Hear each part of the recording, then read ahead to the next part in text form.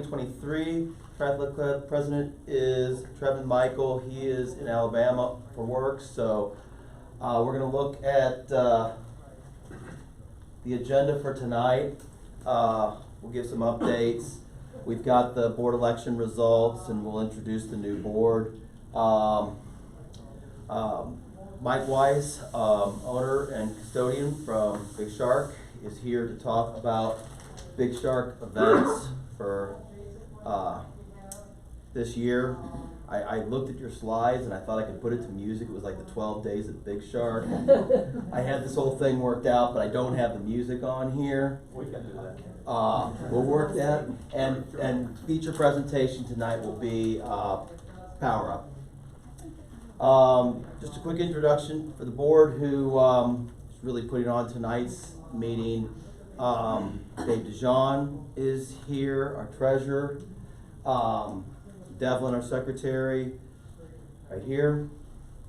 And then Bob Erickson's here. Did I miss anybody else? I think it's everybody from the 2022 board is here. Are you here? Sometimes I think I am. Marion is not here tonight. So she might be late. Well, we do have some new members. New members being anybody who hasn't introduced themselves before. So I know we have two individuals who came in like whatever, September, October, December. So Jen, could you start and then just introduce yourself and just tell us what brought you to the possibility of being around multi-sport athletes?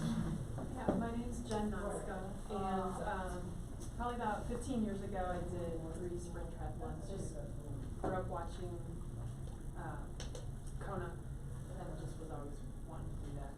Didn't know I'd ever be able to do it because I didn't know sprints existed, and then when I moved to St. Louis I met a lady who had done a sprint and told me about it, and so finally decided to try to do it longer length.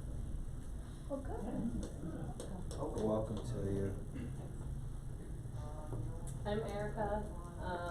I have been dabbling in tries for like 3-ish years. In between having children here, I have to keep bouncing back. I was talked into a super sprint first because, again, it was something I could muscle through with the 3 disciplines. I was able to do enough. And now I'm just kind of hooked. I want to learn more, get better, go longer, but not Ironman distances yet. Maybe an Olympic. Triathlete is not defined by the distance. I like that you said that. That's And we do have individuals who don't do all 3. And 4. now, who else do we have that would like to introduce themselves, please? Is there anybody? No, but no, she's not a member yet. She's not a member yet. Well, this works really well to get to know new people and tell us a little about yourself, please. My name's Pam Rice Singer. I did A sprint. Okay, probably about 7 or 8 years ago. And I like all 3 sports, and so I want the accountability and happen. Perfect. Well, welcome to you. Is there anybody else? Please. Yeah, I'm brand new. This is my first meeting. Kind of found you guys on a whim Google search. Good. I'm glad we're there. So I just got here from Texas. I did my graduate program at Texas A&M. They have a triathlon sport club there, and that's really how I got plugged in. I can see that you don't wear the zebra that they do, which is kind of a refreshing flavor on the sport. But yeah, I've been looking for accountability. I moved here only a couple of months ago for work. Oh, good. I What think do you do? I work at Bowman Oh, in wonderful. aerodynamics. I think I see a lot of those red and white Aggie kits around. I think I've seen several colleges and universities that are represented out there. So it's pretty cool. And so you were part of the Texas A&M team, right? Yeah. That's awesome. Oh, so he's a Fast. A lot of track. You probably fly that I have a good A&M story, but we won't talk about it here. Anybody else? It's all ages, and everybody's here tonight, you know. It's a picture. Is there anybody else who's new who'd like to Probably introduce Lauren. themselves? Come on, please do, please do. My name is Jake Buchanan. I am currently not a member. I work with Athletico. And so I am our new endurance coordinator. So just trying to get more involved in the community and see what we can offer and meet new people. So thanks for having me. I am from Kansas City, yeah. So I know Highway 40 and that's about it. We should know 70 also. And 70. So, Athletico is also one of our sponsors, so Alina is here also, and, they are available to talk to if you have any injuries, or any kind of bodily maintenance that you'd like to discuss with them. They're here at most of the meetings, I guess really I should say all of the meetings, because I don't know that, we haven't had representation from you, so we appreciate it very much. Is there anybody else who's new who'd like to introduce themselves? All right, so just wanted to mention that clothing right now, Dave DeJean has the clothing, and if there's any kits, we do have some 2022 kits, and we do have some of our old merchandise out there. I think, is everything represented on the website? Do you know? No, it is not. The website is not up to date. So if you see something out there, you know, check with us first. I think they can contact any of us. I guess our emails are on the website. So if there's something that you want, may want to ask first before try to make that purchase online, because these things some of them move pretty quickly when we knock down the past year's items as much as we did. So just check with us, please. Volunteer challenge. Right now, I've been the volunteer coordinator for a while, and we're going to be sending out, I can't speak for the new board, but hopefully we'll be sending out the new survey very soon. That survey will come out to all the members and ask you, hey, what are you interested in? Maybe being more involved in. So if somebody's really interested in being a volunteer coordinator, I will certainly work with them to be the very best they can be. This is a very rewarding and a very fun position to have. Although our races are not locked in just yet, I have a good idea of what they'll all be. The first one coming up is the Nippy Niner, which is on the 29th. So it's a week from Sunday. So please, if you can, come out to Spanish Lake Park. It's Spanish Lake County Park, is it? So please come out to Spanish Lake County Park and support the Nippy Niner. Do we have anything online yet for I'll volunteers? send out a link to you. Okay. So we'll have something out there, but please try and come out and help. I've been out there the last 2 years, because we've been out there the last 2 years, and this is a fun event, and the weather's gonna be cold probably, so bundle up and have fun. The Colby-Co Club Challenge, the races will be announced soon, and I have all of the Colby-Co prizes from 2022 right here for anybody who has not picked them up. If you didn't come to the end of year party, come see me, and I have those. Then the Icy Iron. Is everybody signed up for Icy Iron? Does anybody not know what Icy Iron is? Of course, some people don't know what it is, right? Yeah. But anyway, this is our winter challenge, right? This is your encouragement to get out, swim, bike, and run in 6-week intervals, trying to do the distance of 1, 2, or 4 Ironman distances. So we're in the 3rd week right now of the first session for 2023. If you did this in 2021, I've been carrying your stuff around now. Please pick it up. I have it. Now, all of you who did it last year, only a handful of you have picked it up because I've only given it to the board. I have all of them in here. So if you haven't picked up your stuff, this is, I'll open up one of these. I love these things. I have a lot of them. Sweatback try and open it without ripping it open, but Just rip it open. Yeah. Is I'll take there- that one and just rip it over. Yeah, I need to get one, so you can just give me one. alright. So, the sweatback cap this is my favorite, winter cap, period. This thing is awesome. So, you can have either one of these, if you did one session, you could have one of these, or if you did 2 sessions, you could have 2 of these, or we can mix in, we have some other beanies and buffs. So the sleeveless, the buffs. And I have all those here with a list, so please come see me if you did it in 2022. I wanna go ahead and introduce the new board. So, our president-elect is Sarah Tyndall. Yeah, which I've been a member for So- like 10 years, but probably nobody even knows me. I know the name, Sarah. It's so good to have you. It's like a 23 goal to like actually get involved, so it's like, why not?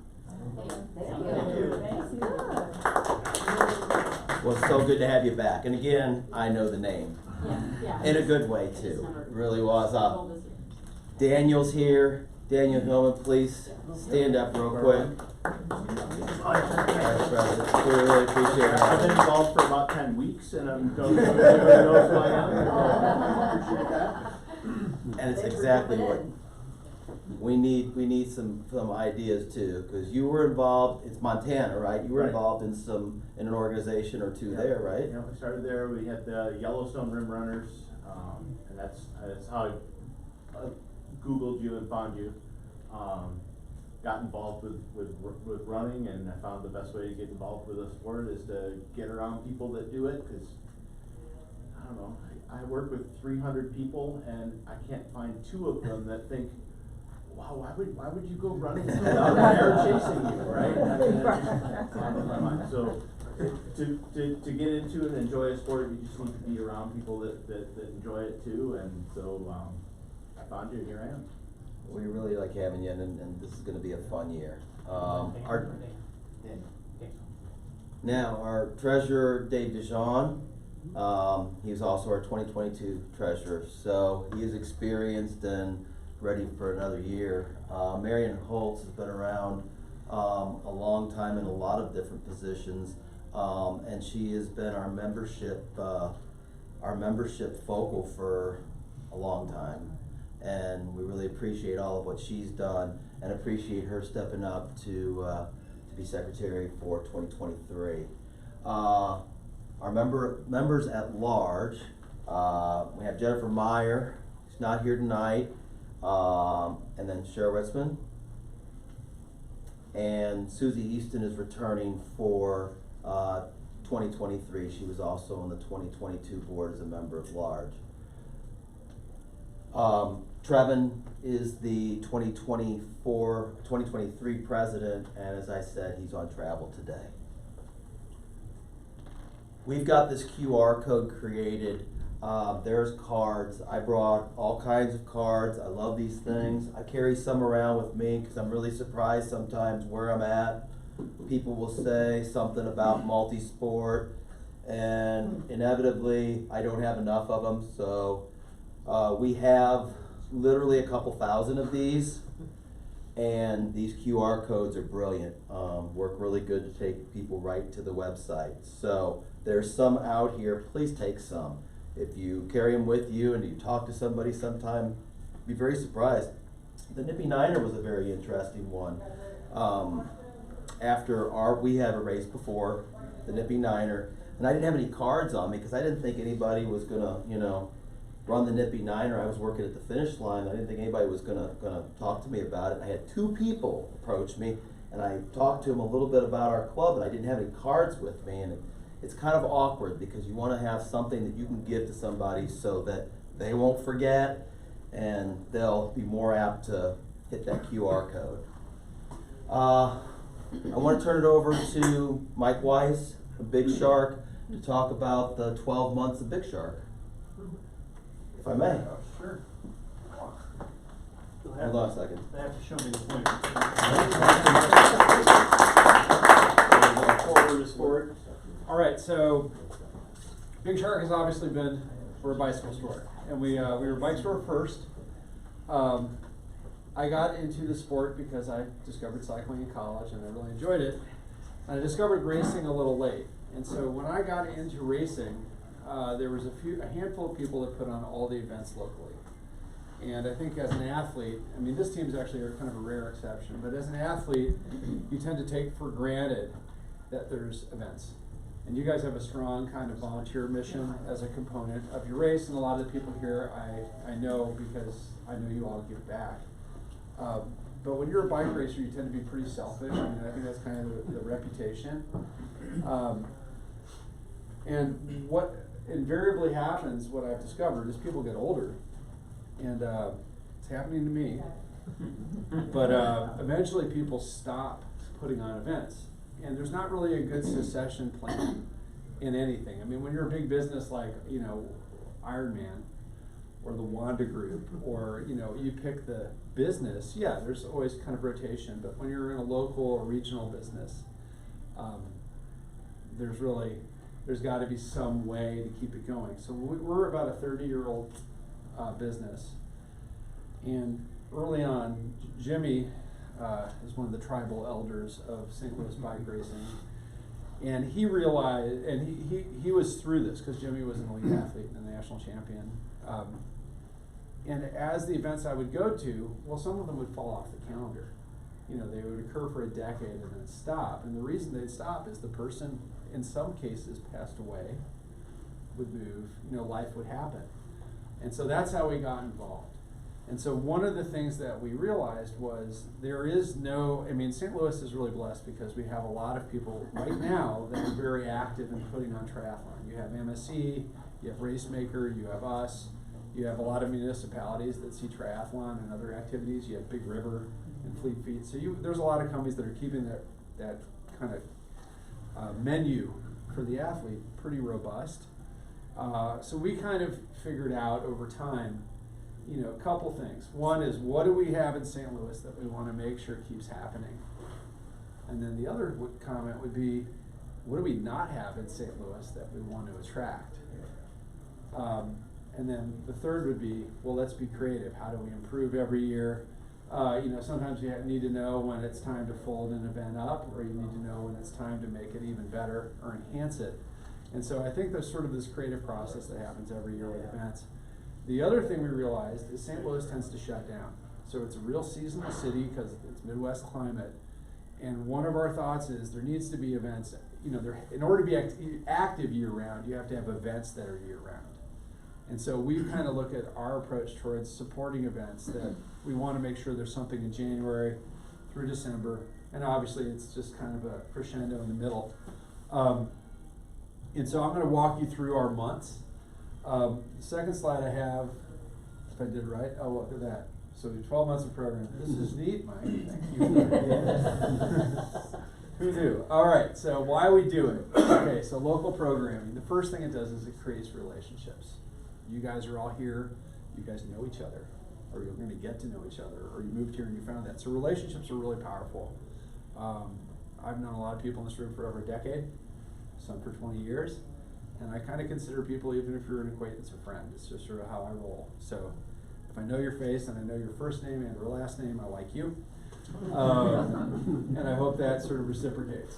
The other thing it does, it gives you goals. You know, your first time goal might be to survive a race, or do a short distance race, or try a type of event you've never done before, and also gradually improve your performance over time. It helps with community, right? This is sort of a case in point. But it also makes St. Louis a better place.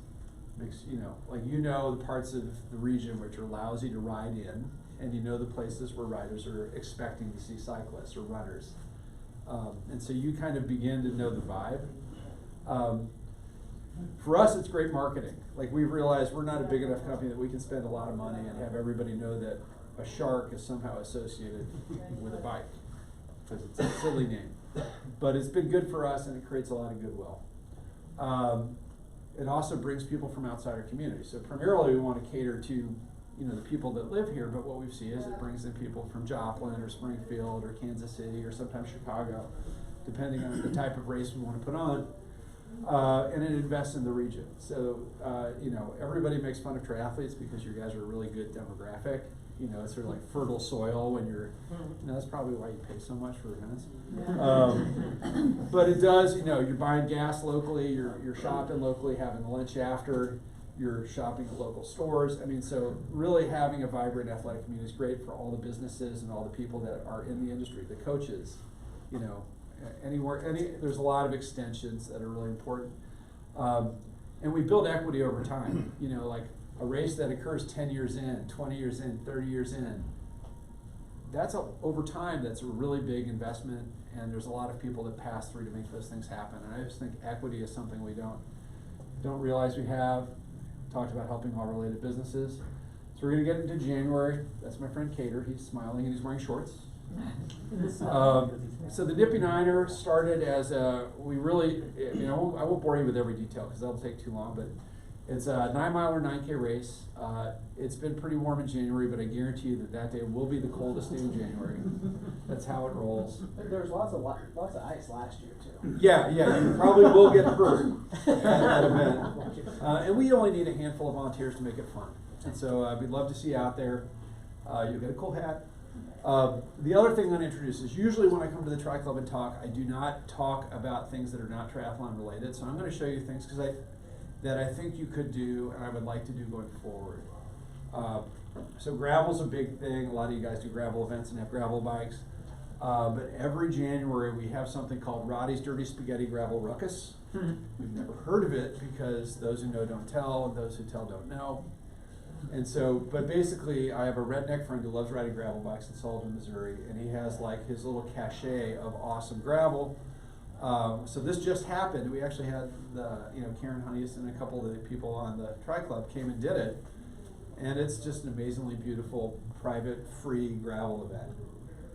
It's dirty spaghetti because my friend's a redneck and his wife cooks spaghetti afterwards.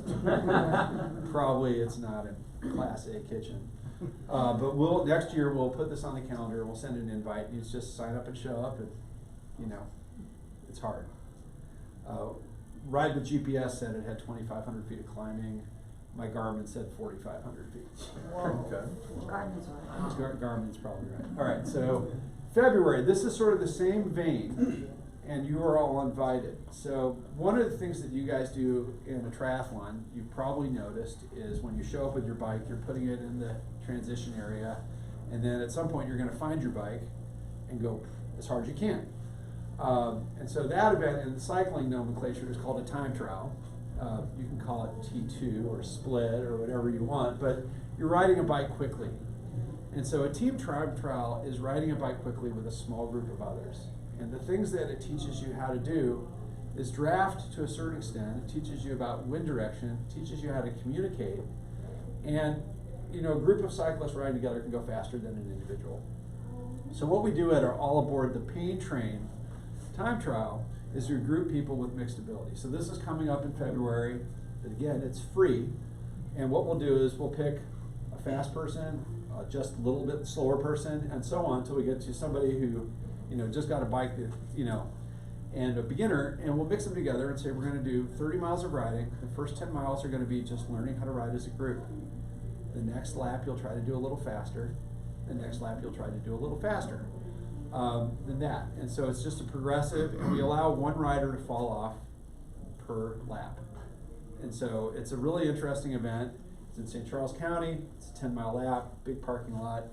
But I'll send an invitation to that. You can just come as you are, come as yourself. You can bring a triathlon bike. Aero bars are allowed. And we will make 5 friends that you will be glad to meet. Jimmy's going to be bringing a team. We sponsor a lot of clubs. We'll see how many people show up. But we have about 30 people signed up now, teams of 5 or 6. Any comment on that other than? It's a great way to learn how to ride in a group quickly. And I know, you guys don't draft in your races, but you still train in groups. And this is a really good way to learn how to safely ride quickly in a group. And also ride with strangers, Yeah. riding with people worse than you and riding with people that are better than you. I will tell you that if he brings a couple riders, they might have their own team that will go very fast, because Power Up is all about excellence. But on our team, as an example, there's a guy who is currently the fastest American rider in the individual pursuit, who is on the U.S. national team, potentially a Paris Olympian, and he's going to be there, and we'll be pairing him with the slowest person we can find. And the idea is they all get together, and his name is Spencer, if you ever wondered about it. So what do we need to know? We just need to know what our average pace is on like a flat thing, or what? You can be slow. The It idea doesn't is. matter, we just get in the group and then you start breaking us apart? So with the team time trial, the idea is you can't, at least on the first lap, you can't drop a rider. So you have to ride at the pace of the slowest rider. So the idea is not to make that person suffer. It's to protect them from the wind. It's to find the pace the whole group can operate. If you can learn how to rotate, or you can learn how to be protected from the wind, because it's a square course, the wind will come from every direction. And it just teaches you this sort of dynamics. And, bluntly, don't be afraid. It's a learning event. It's not a winning event. I mean, ostensibly, the last lap will be faster than the first lap. You got a lot of people in this room have ridden bikes forever and never done an event like this. I think it sounds awesome. Yeah, and so the goal is, if you went there and you had fun, and you met some people and you learned something, it's a win. I'm hoping the weather's decent. We have not a rain day, but a snow day the next weekend. So if the 12th sucks, we'll focus on Valentine's Day and then burning off chocolate. Okay, so the next one, I'll whip through some of these. We do a lot of mass start races, and so we always need volunteers, but you're always welcome to try one. We do a training race every Tuesday night, 25 of them, starting after daylight savings time. The other event I'm going to point out, the Tour of St. Louis has been going on for about 20 years now. We get full support from Wildwood to get police support on Wild Horse Creek Road between Centaur and Austin Fort. And it's an 11-mile out and back time trial. I will put in a code so you can get a discount on it. We always have the, I think it's 2023 STL Try, all caps, no space, is the code for your team. Bike races are cheaper than triathlons. So usually they're $50 or less 15%. But this is an opportunity, one at a time, to push yourself and then compare yourself to others. And so you can register in your age group or as a novice. But this is a really interesting event to just test yourself early in the season. And we only do 2 time trials in St. Louis, and this is one of them. And so I'd say it's a great event. We have room for about 300 athletes. Starts in the morning. So, it's a 3-event series, but you can just sign up for the time trial. And Jimmy's comment was, I'm surprised more triathletes don't do that. So am I. But probably most triathletes don't know about it because it's not going to be on the triathlon calendar. Hey, Mike, did you say there's 11 out and 11 back? No, it's 6, yeah, it's 5.5 out, 5.5 back. Winning time, just to benchmark it, was Spencer, the guy we talked about, in right at 20 minutes. What's the elevation? None. Flat. Oh, that's a nice area too. I mean, maybe 4 feet. And it's a beautiful road. Yeah, it's the slide up on the way out and down on the way back. Sweet, not much. All right. So April, we have the Chain Rocks Bridge event. It's a run, bike, run. More bike races.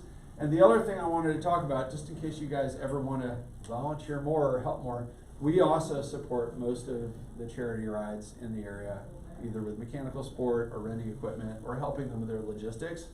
And so MSE has an event coming up. It's going to be a national event at Lakeside 370 Park. So that's going to be America's Cup Tri, and of course the MS Society is always doing fundraisers. So we help with all of those events. And I just wanted to kind of throw that out there because there's other, again, activities year-round. In May, we're going to begin our open water swims in Newtown. So we're going to get, and that's just a good, safe event. People always ask us to continue doing those after Newtown. And, bluntly, I think the community of Newtown gets a little irritable. We always get there's a car in my driveway. And we're like, someone is naked in front of my house. And we're like, is that a bad thing? I mean, do you know them? Do you want to know them? You know, I mean, there's another event that's very challenging. So the Gran Fondo is a cycling event that's quasi-competitive. The Vino Fondo, so it's a time-challenging ride. So kind of like a marathon. You know, marathons are not easy events. I mean, some are harder than others. A Gran Fondo typically is intentionally challenging, and it's intentionally timed. But it's just you versus you. And so the Vino Fondo was inspired by the Tour of Missouri. It was an international bike race that was in Missouri in the early 2000s. Alberto Contador did this stage. And so we borrow a lot of the climbs that were used in Missouri wine country for that stage, and that inspired this event. This is kind of what bike racing is in Europe. They don't have like the American style racing, and so it's a great experience to sort of get that feel of starting like a kind of a thing. It's a competitive event if you make it, and it's hilly. So, and then Gerard Kraft, sponsor of our team, cooks the meal afterwards, and it's legit when a James Beard award-winning chef is making your meal. Most people from out of town, it draws in a lot of people from out of town, and they start eating the after event meal, and they're like, this is not what I expected. It's really good. We also have 2 gravel distances there.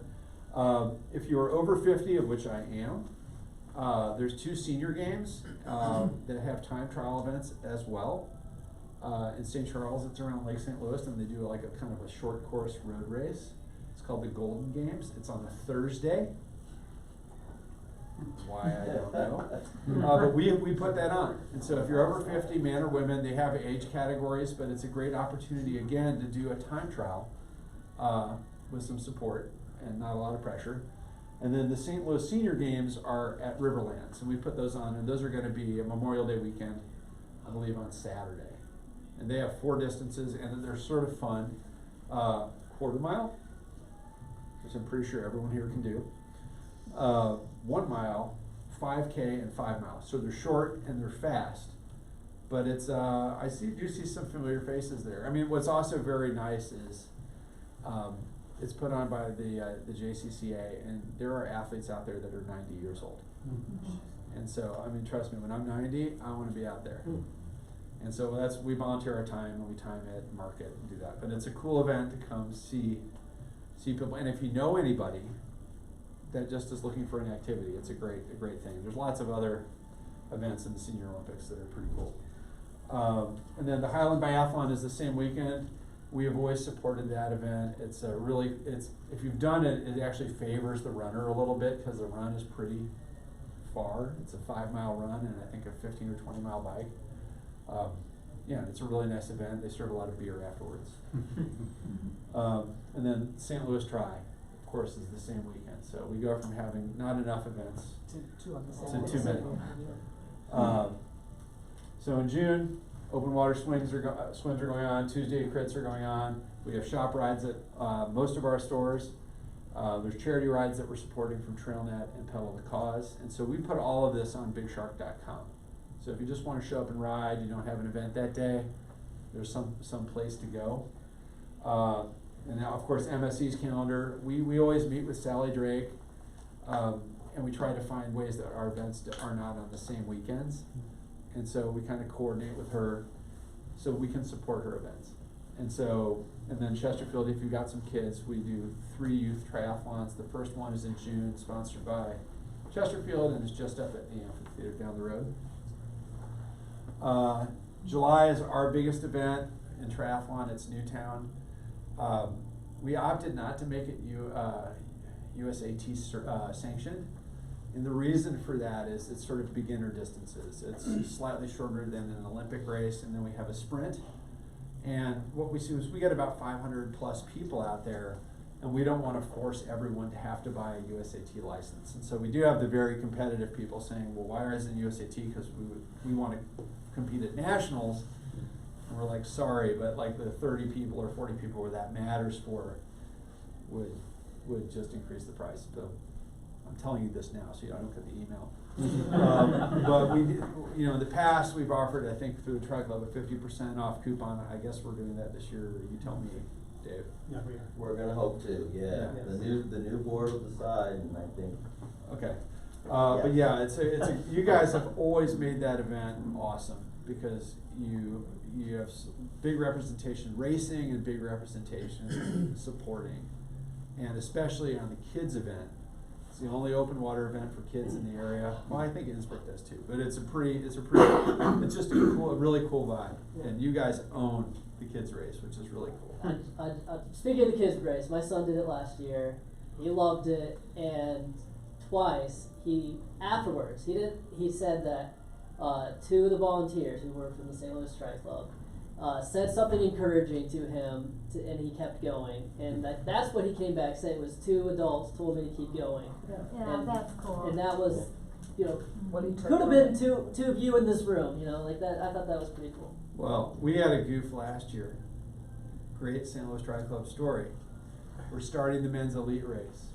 We have the challenged athletes are going. We've got 300 or 400 people still on the side of the wall. We're like, go, and there's the national anthem, and it's cool. It's an awesome morning. It's a perfect day, and everyone is headed towards the swim out.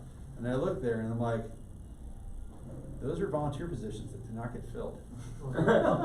And so I just got on the microphone and I said, we could use 3 or 4 people in about 40 seconds to help people out of the water. And it was St. Louis Tri Club that literally dove in. I mean, there was like suddenly people who've done it before who were just cheering, maybe even they were going to race, I don't know, but they were there for the entire morning, yanking That's awesome. giant people out of the water. Like Rachel Ratchak, who's on your team, I believe. Yeah, but it was really cool.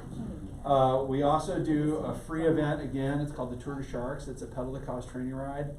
It's free. We have 3 distances. There's a big barbecue afterwards, an awful lot of beer.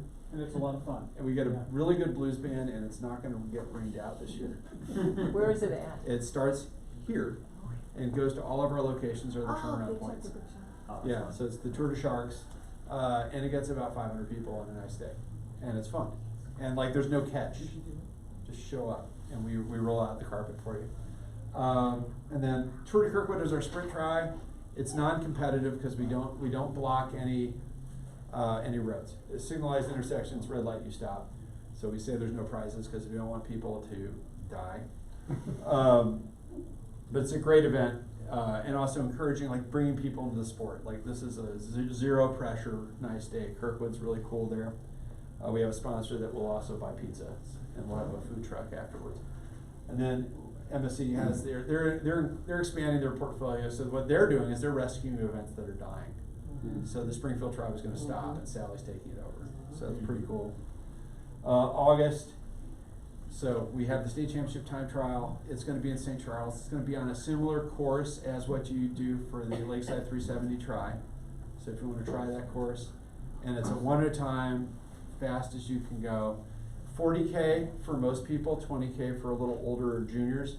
But that's the perfect event to sort of actually, in season, while it's hot out, while you're fit, test yourself, and on your bike split.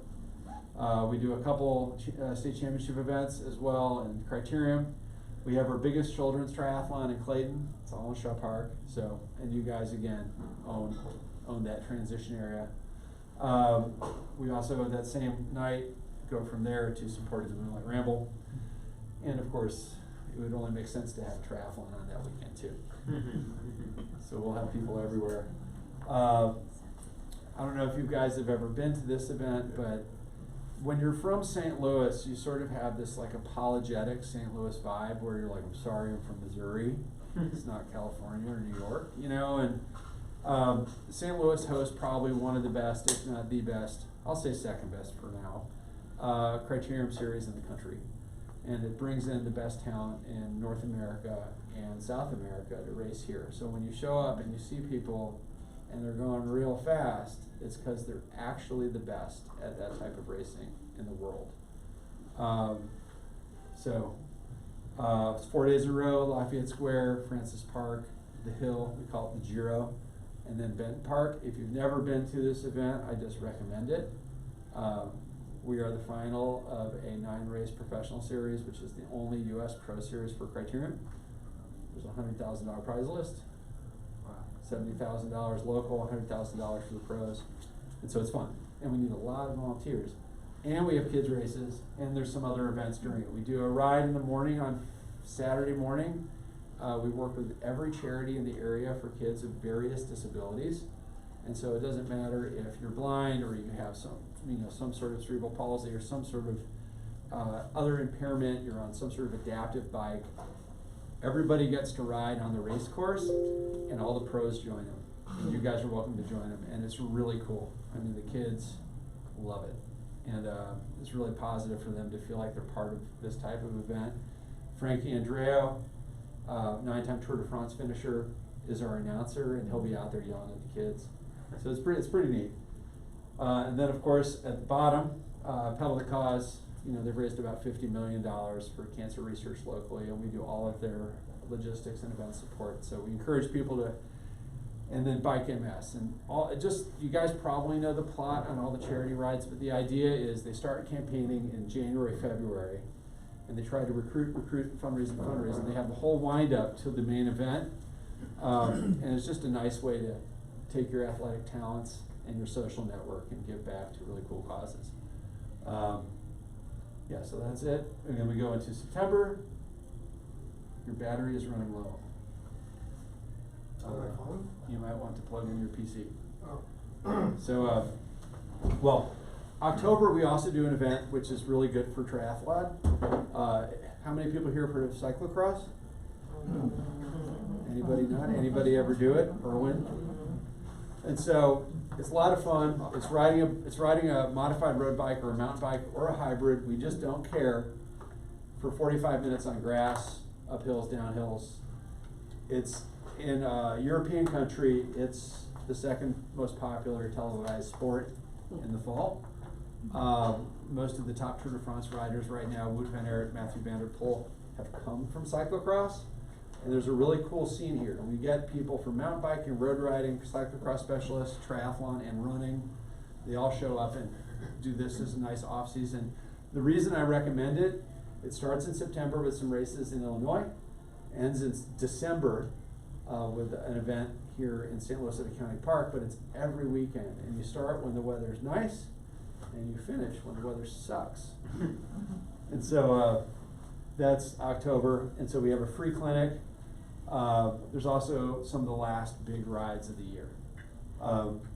November, we do a big gravel ride honoring one of our employees who passed away, called the Oreo Roubaix, because our employee Casey ate an awful lot of Oreos. The event is sponsored by Oreos. They found it, and you will walk with a lot of Oreos. And then December, we also, in addition to holding the Missouri State Championship, you are all invited to our Big Bend location, and I will make waffles, and we will watch the U.S. National Championship. Wow. The end. There you go. If there's any questions, I can take them. Otherwise, I've bored you, so we'll go to. Thanks for all you do, Mike. Oh, you're Yeah. welcome.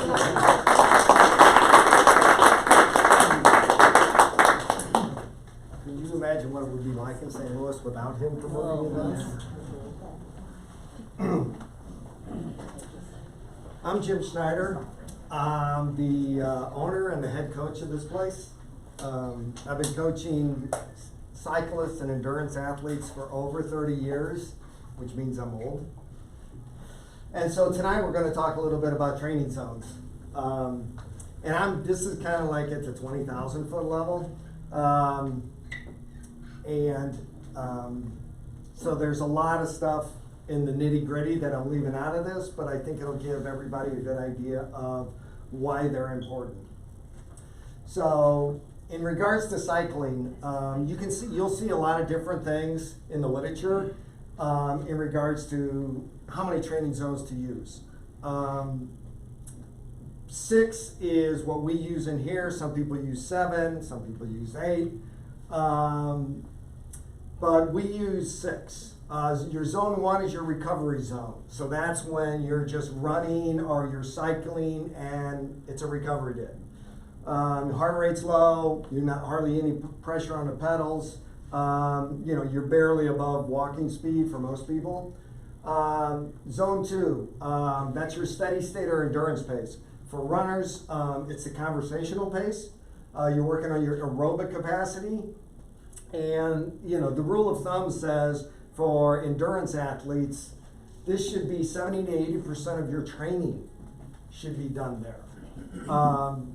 Zone 3 is your tempo pace or your medium pace. That's what I like to describe as a labored conversational pace, meaning that you can carry on a conversation, but it's somewhat labored. It's a hard but sustainable pace, and it's working on your aerobic endurance. This is where a lot of people do all of their training. And which is not where you should do all of your training. But a good portion of your training should be done in Zone 2 or Zone 3. Zone 4 is your threshold. And basically, the way I like to describe threshold by definition is the maximum pace you can maintain for a 1 hour effort, whether it's running or whether it's on a bike. With fresh legs, and that's the little caveat that people seem to leave out of that phrase, that description, and that's the point at which, for most people, you can start to hear yourself breathe, and you can't really at this point you can't speak in complete sentences. You can speak in phrases. Zone 5 is above threshold, one-word answers at this point. You're working on your anaerobic capacity. Zone 6 is your VO2 max or your max, and that's also anaerobic capacity. And also, if it's truly max, it's ATP, CP, your energy system. And these are your energy systems. And the one thing I want to point out here is, you know, this conversation, labored conversation, speaking in phrases, one-word answers, you would be amazed at how accurate that is when you actually compare that to the zones you've got in your training peaks as a result of a FTP test or a VO2 max test or a lactate threshold test. That is, it sort of goes into the perceived exertion thing. But that is actually a very accurate indicator. What did I do? I killed it. Oh no. There we go. Okay, and running zones, we use 5 in here, and they're very similar. 1's recovery, 2 is steady state endurance, 3 is tempo medium, or medium, 4 once again is threshold, and 5 is really VO2 max. Not so much max, because there's a lot of, for most triathletes, you're not really concerned about what your sprint finish is like. So why are these training zones important? First reason is progressive overload. That's the way training should be done.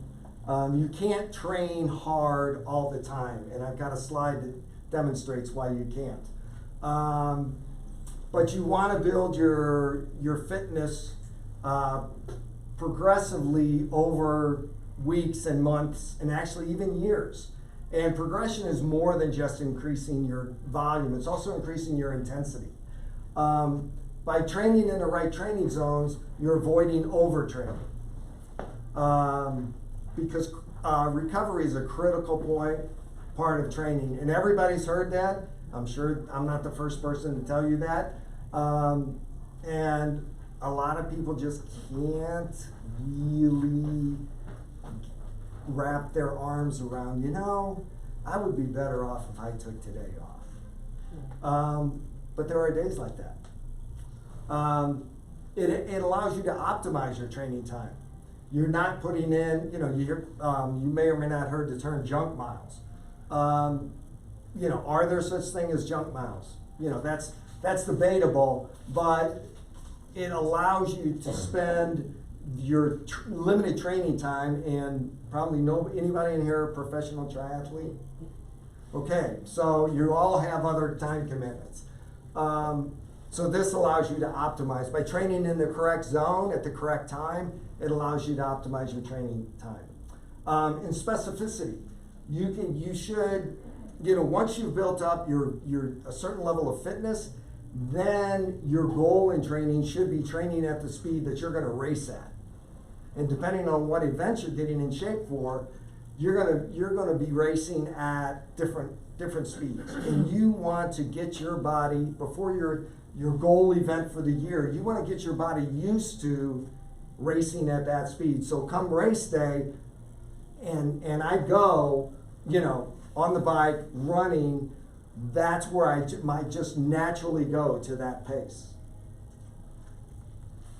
So now let's talk a little bit about how you determine these training zones. We're gonna need some definitions here first. VO2 max, what is VO2 max? VO2 max is your maximal aerobic capacity. It's the highest rate of oxygen consumption during large muscle activity.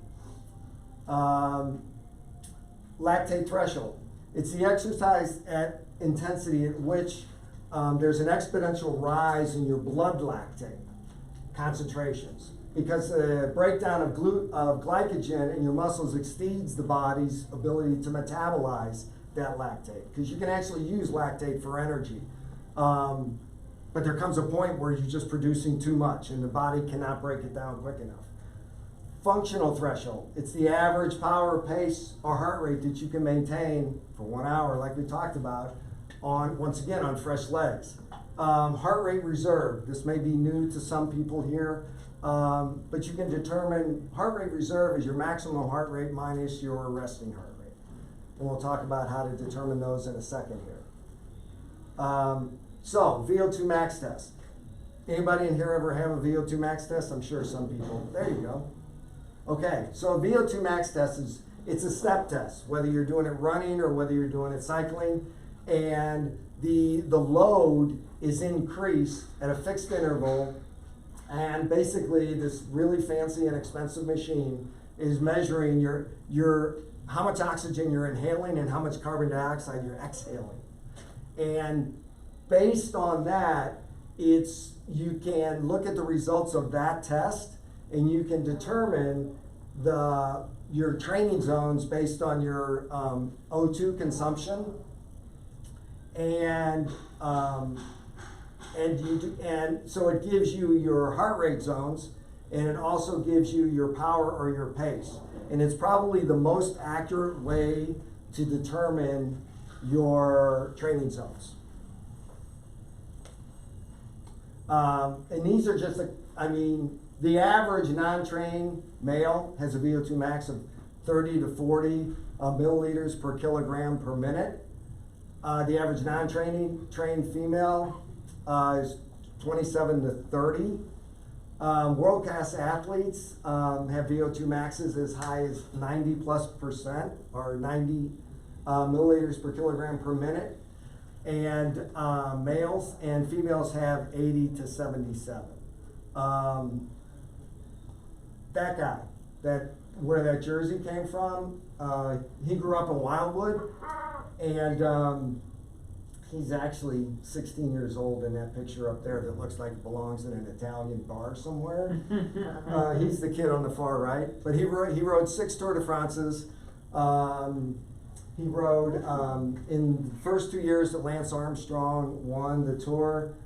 He was responsible for guiding Lance up the mountains. His VO2 max at 17 years old was 92.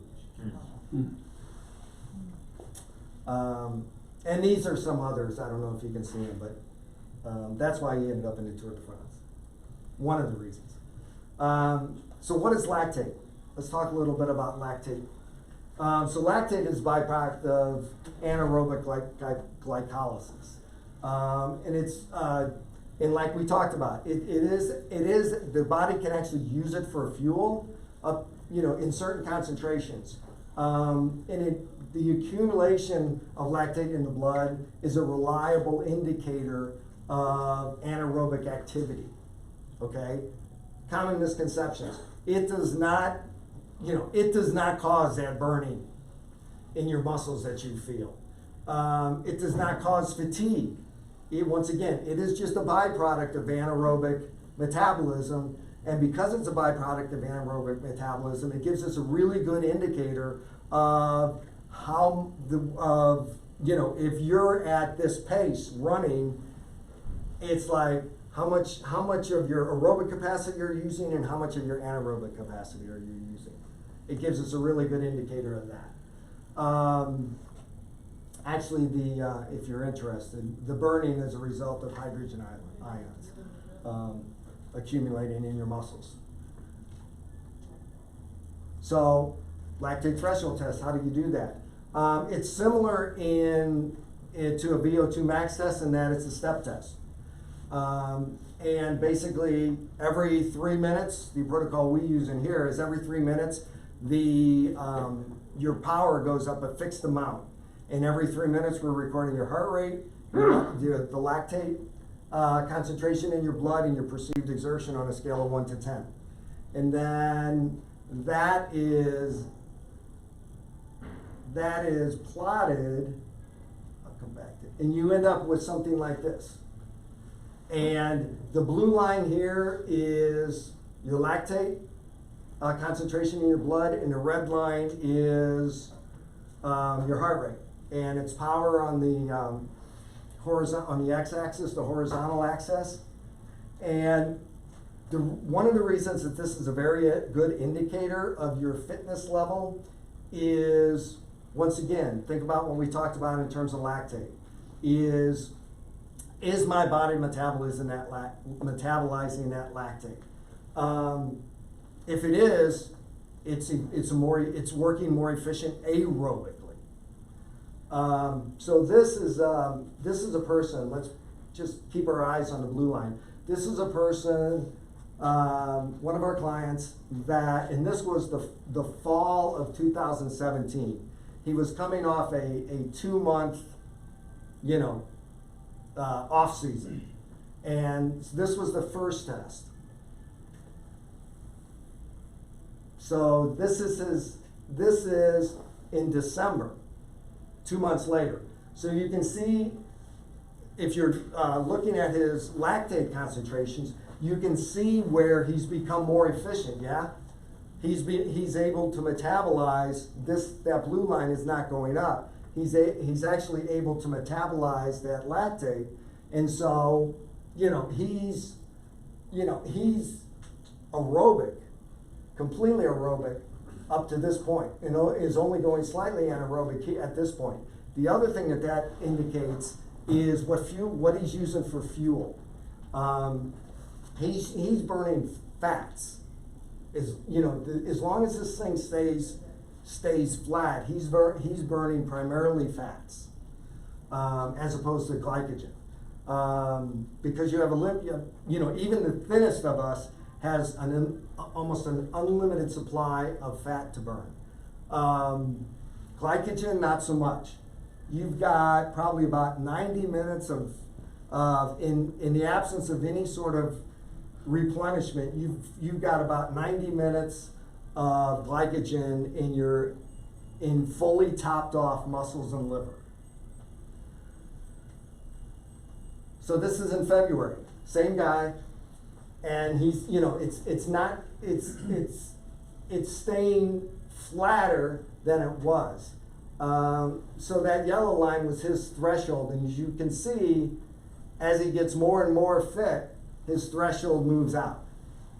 And now he started out, for those of you who are familiar with power numbers, I mean, he's starting out where he's starting to go anaerobic at 200 watts. Now it's probably 220, and now it's almost probably 240 to 260.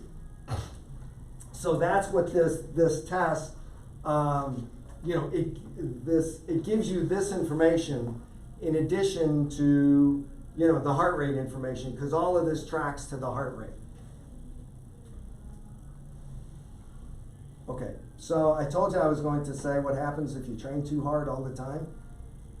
Okay, so this is another client, and this is in December, after really solid, off-season of training. Actually, it's past December, it's probably in January or February. And this individual is actually relatively small, meaning that she probably weighed about 115. And she had a huge aerobic engine for somebody that size.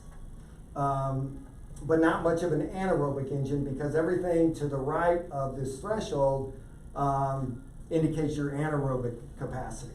And the steeper that is, the quicker the lactate is accumulating. So that's her after her race season. So you can see, if you can compare those two graphs, she actually lost aerobic capacity, but she gained anaerobic capacity, which makes a lot of sense, because probably she's a road racer, she's not a triathlete. Probably the large portion of her racing required a lot of anaerobic efforts.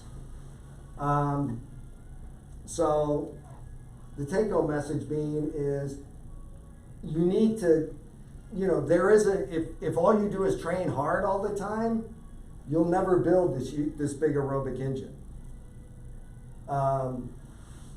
So this, rather than being here, like it is for her, would probably be back there, if you didn't build the big aerobic base first. I'm blowing through this pretty quick. So if anybody has any questions, just throw something at me. It won't be the first time. So another way to determine your zones is a FTP test. And I think most people in here are probably familiar with an FTP test. There's a lot of protocols for FTP tests, and this is primarily on the bike.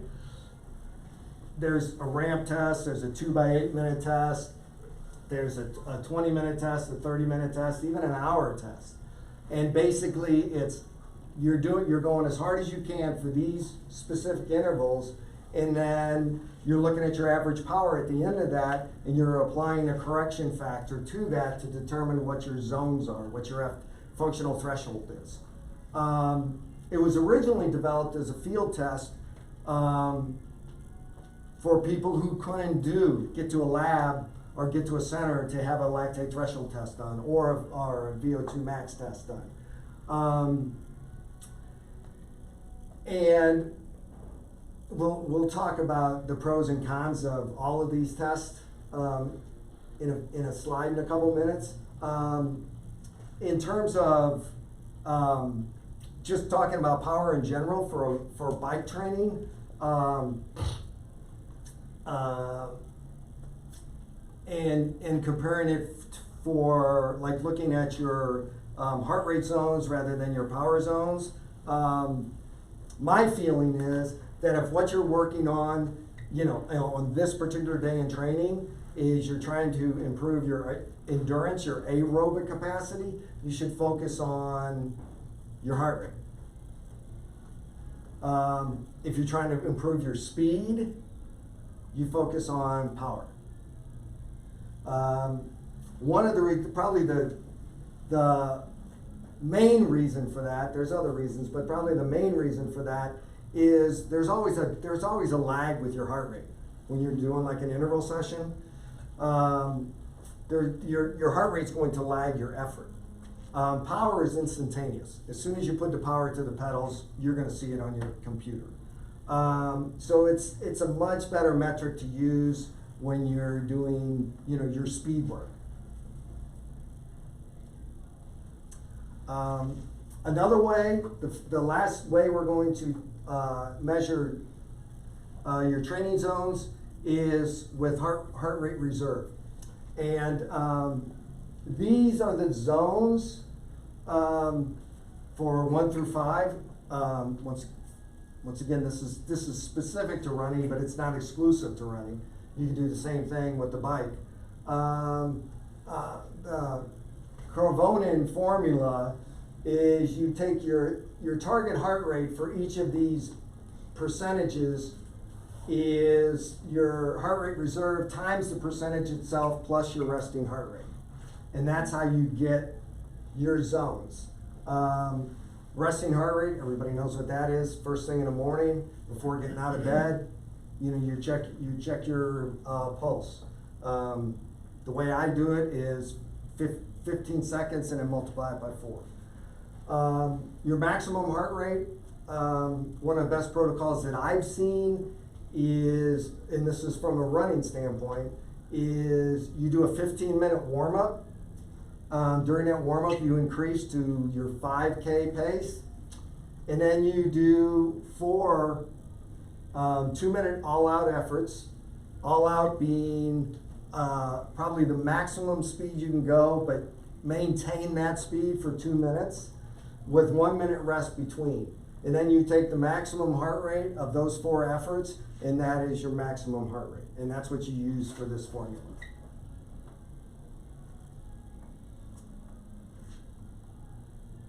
Okay, comparison between all of these. The advantages to a VO2 max test.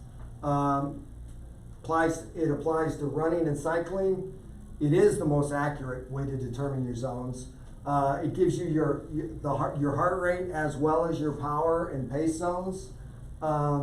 We didn't really talk about this, but it gives you your aerobic threshold as well as your anaerobic threshold, and that's for another discussion. And it gives you the physiologic parameters. So it gives you an idea of what energy system you're using at what effort level. Whether you're measuring that effort level in a running pace or measuring it with power on a bike. Disadvantage is it's not accessible to all athletes, and there's a cost involved with it. Lactate threshold test, once again, running or cycling. It'll give you running or cycling. It'll give you, once again, it'll give you the heart rate as well as the power or pace zones. Again, your aerobic as well as anaerobic thresholds and the physiologic parameters. So very similar to the VO2 max test.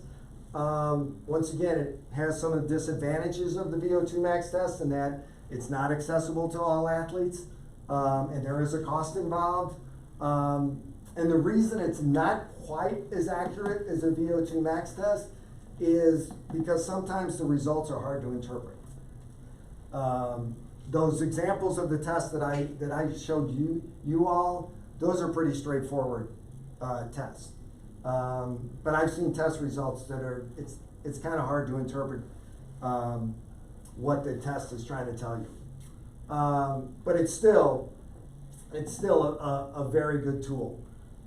In terms of the FTP, the advantage is doesn't require a lab, doesn't cost anything, other than a little pain, and you can it's self-administered. Disadvantages, it's cycling only, it doesn't give you your heart rate zones. And it measures, and this is just power in general. And people get this confused all the time because of some of the stuff in the literature. But keep in mind what power is. Power is how much work you're doing. It's not how hard your body is working. Your heart rate is a good indicator of how hard your body is working. Power is just how much work you're doing. And that really becomes important when you get to longer and longer races. Because in longer and longer races, and I'm talking half Ironmans and above, you need to be concerned about how hard your body's working. And the FTP test, with all of those different protocols, it's very easy to underestimate or overestimate what your threshold is. Because those are just correction factors that you apply to those different protocols. And those correction factors were calculated based on a sampling size of some athletes, and that may be a correction factor that works for that group and maybe not for you. In here, when we have people do our FTP test, we'll use a correction factor anywhere between what it says in the book, in the Bible, is 95% of a 20-minute test. In here, we'll use anything between 95% and 90%. And it's based on watching the person do the test and determining by observation how deep they dug to finish the test. And that sounds very subjective, and it is very subjective, but it's pretty damn accurate based on after we determine their FTP and then we have them do workouts. It's a pretty damn accurate way to do it. But just blanketly using 95%, I would actually discourage it. It's better than nothing, I'm not gonna say that. But that too, the 95% too is, I think, somewhat subjective. In terms of the heart rate reserve, once again, it has pretty much all of the advantages of the FTP test. It can be self-administered, doesn't cost anything, doesn't require any fancy equipment. It really only gives you your heart rate zones, it doesn't give you your pace. For running, and of all of the four ways to determine the training zones here, it's probably the least accurate of the four methods. What do we got next? So of those four methods, which Yes, one ma'am. is, the VO2 max is probably the best? The VO2 max is definitely the most accurate. Okay. And you wouldn't get any exercise physiologist to argue with that. Any other questions? That was, I mean, I just kind of blew So through how- that like really quick. Well, I guess I have a question. It sounds like you're using a lot of this information with your athletes, but what does the athlete do with the information if that athlete does not have a coach? For example, if you just purchase like a training plan on Training Peaks, and then you get your zones and you plug them in there, but other than that, I mean, how do you use that information? You use it, basically, something is better than nothing, okay? You know, even if that 95% correct, let's say you did a 20-minute power test, and you use a 95% reduction to get your 1 hour, your functional threshold power. You know, that may not be perfect for you, but it's better than not using any training zones at all. Yeah. And and just winging it. Well, I always use 2 training zones. Super easy and really hard. Right. So. And we've had discussions about Well, that. I know, and I'm And mad I- at you and because I- my power was less. I'm trying to when I rein him in, by the way. My power was less when you did my test than when I did it on Zwift. So Right. I'm still have a bruised ego from. I know. That's because Zwift does the flat 95%. Yeah. And And everyone on Zwift rides at 20 miles per hour. yeah, don't Yeah. So don't do Swift Yeah. one, I haven't done the Swift power zone thing. yeah, it's the other thing is there's this function in Training Peaks that will automatically change your threshold. Turn that off. Well, and for your heart Because rate, you, I mean, Garmin too. yeah, yeah. I mean, you want to test probably every, it depends on how much you're training really, but if you're really into your training, whether it's preseason or in the season or something like that, you want to be testing your zones every 6 to 8 weeks. Because, if the zones in Training Peaks that you're using for training right now were were done like, or were calculated the week before your A race for the season, those zones are probably not accurate. They should, I mean, as much of an ego bust as this is they should be lower. And, you know, if you're using zones in the middle of the race season that you calculated in January, they're probably too low. So as, you know, as much as nobody really wants to test that often, in order to get the maximum benefit from knowing your zones in the first place, it's important that they reflect what your current fitness level is. I'm dreading when you, I think I'm probably due for a lactate test. Pretty much. Not looking forward to it. It's a little prick. It's a little finger. One aspect you might want to talk about is using zones to determine whether or not you're absorbing the training correctly and recovering for the next day. Yeah. Oh man. Or maybe just in general. Well, yes. So if you've done a VO2 max test, or if you've done a lactate threshold test, and you have your heart rate zones as well as your power or pace zones, in a workout they should agree.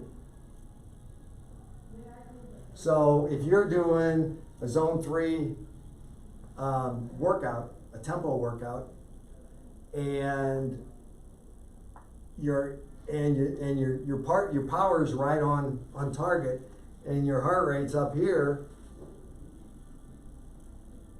you're not rested enough to be doing that zone 3 workout. Does that make sense to everybody?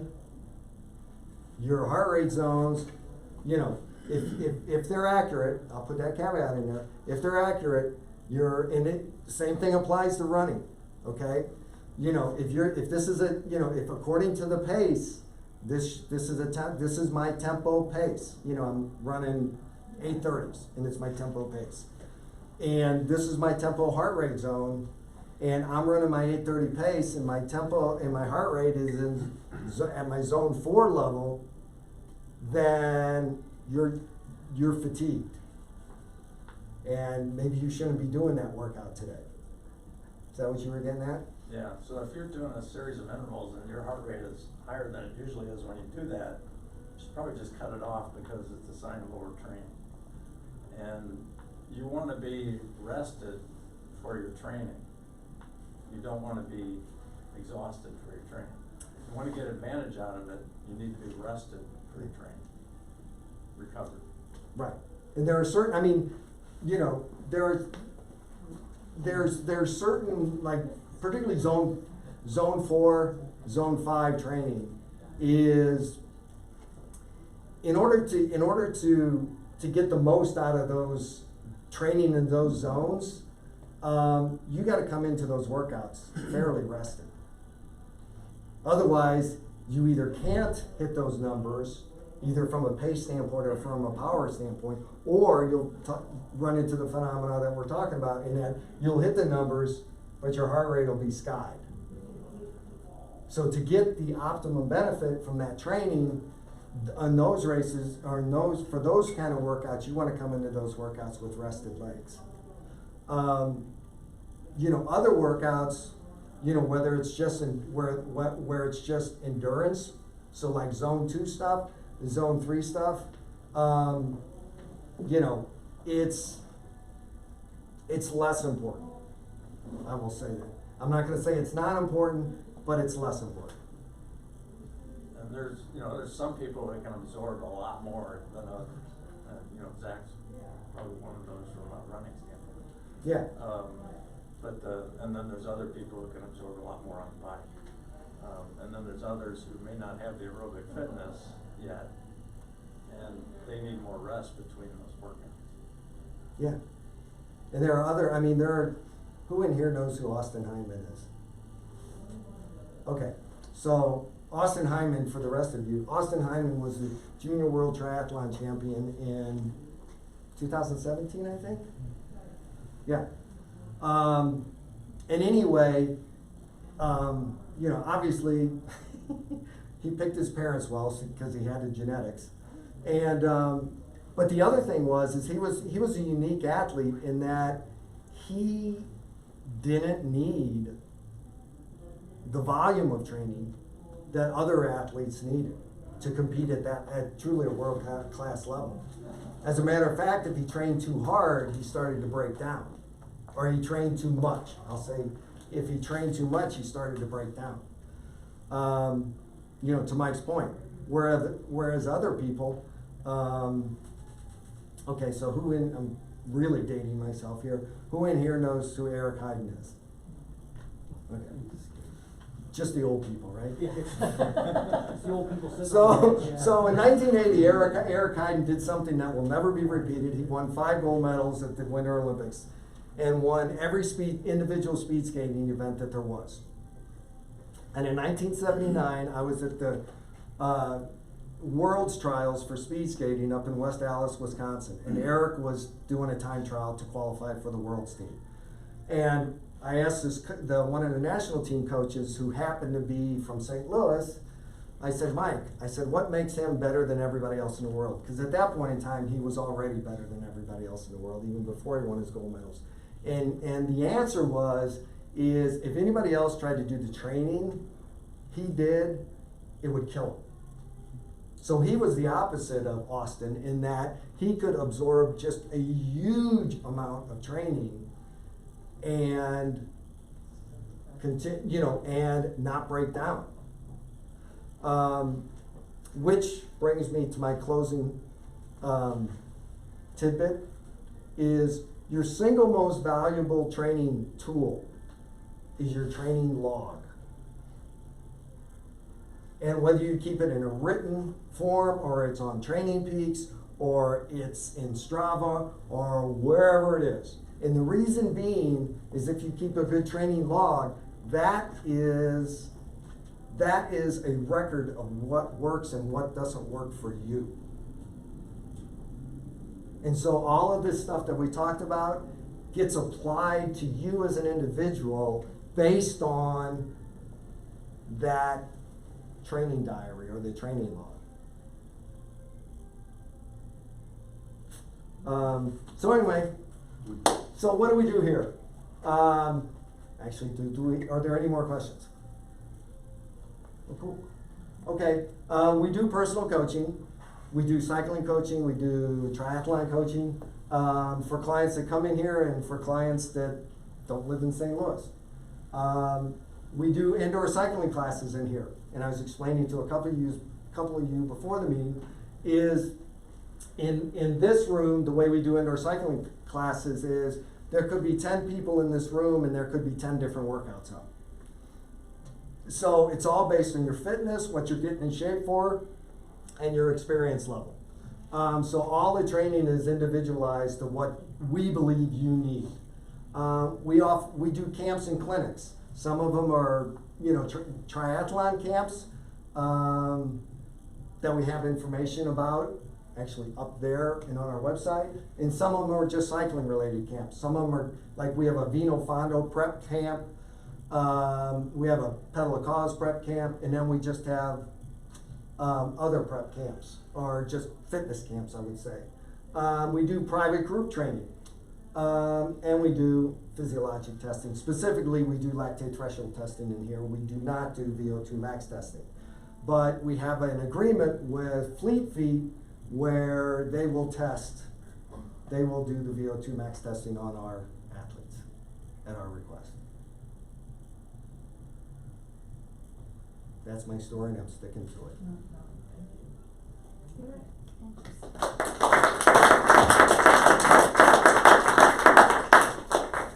Thank you all for coming, by the way. Thank you.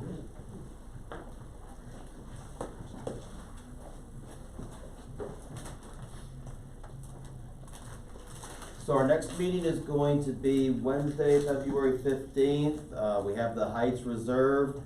Although we do have I have the Heights reserved for February, March, April, and May.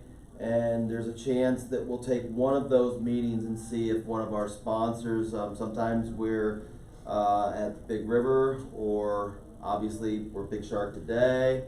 I think Athletico may be something we would want to do in the fall. So anyway, just keep your eyes peeled for upcoming information. But the meeting in February should be at the Heights. We do have some attendance prizes. Before I get to it, I just want to mention something about upcoming events. If anybody is looking to do a half Ironman in, say, like July time period, July 23rd, it will be a destination race. 70.3 Ohio. We have quite a few of us who are going to be doing this event. It's moved to Sandusky. It used to be in Delaware, which is the middle of Ohio. It's moved up to Sandusky, Cedar Point, right on Lake Erie. I don't know how many athletes we have right now, but I think from the club we have at least like 7 or 8 of us, and there may be more signed up that I don't know about. But along with our support crew, we have enough to make this a destination race. Destination race means, among other things, you're going to have some great support from people that you have been hopefully training with or get to know. Plus, the club will pay for a meal. Usually it's a breakfast, or it could be a lunch or dinner, just depending on how things go with the timing of the race, and it's going to be a lot of fun. So if anybody is looking to do a half Ironman July 23rd and you're available, let me know. And it's a really, it's going to be a really fun event with people that are going. So, Am I? Sorry. yes, yes, yes, please. I did a full there, and it is an awesome bike course. Yeah, what was it called? The full there, but the full It was. was a Rev 3. Yeah, at it the was time. Rev 3. Yeah, and the bike course was just awesome. It was one big loop for the 112 miles, and you were just through this rolling, I mean, it was gorgeous. And the run course is pretty cool too, because you go from the, if it's the same course, you go from the amusement park, you run into town, and you run around town a little bit, and then you run back. And it's like, I mean, it's tabletop flat. It's a great venue. My family's been there. I did Ohio 70.3 twice as a 70.3. I also joined a relay team a third year when it was in Delaware. But those years, we also went up to Cedar Point after the race. We did go before one time, and I would recommend spending your time at riding roller coasters and stuff after the race, especially with the food they serve there and other distractions. So it's gonna be a lot of fun. I just wanted to mention that. 2 other things real quick before we do attendance prizes. If you did Icy Iron in 2022 and have not picked up any of your swag, could you just raise your hand? I want to see who's going to come see me. So will you all just come see me right after we get these attendance prizes out, and I'll give you your stuff. And then, how many did the Colby Co. Challenge last year but did not pick up anything at the end of year party? Because you didn't go to the end of year party. We had to do more, all of them? No. If you just did one of them? If you participated in the event, I'll probably have your name on Okay. here. I don't remember. So long as you self-reported something. So check with me right afterwards. So at least I got a couple people, so I got an idea of who's gonna come see me. So for attendance prize, if you get your tickets out real quick, I got several things here that we're done, except for this. I think so. I think so. Thank you very much. And thank you all out there for joining us. I just need to turn the thing off.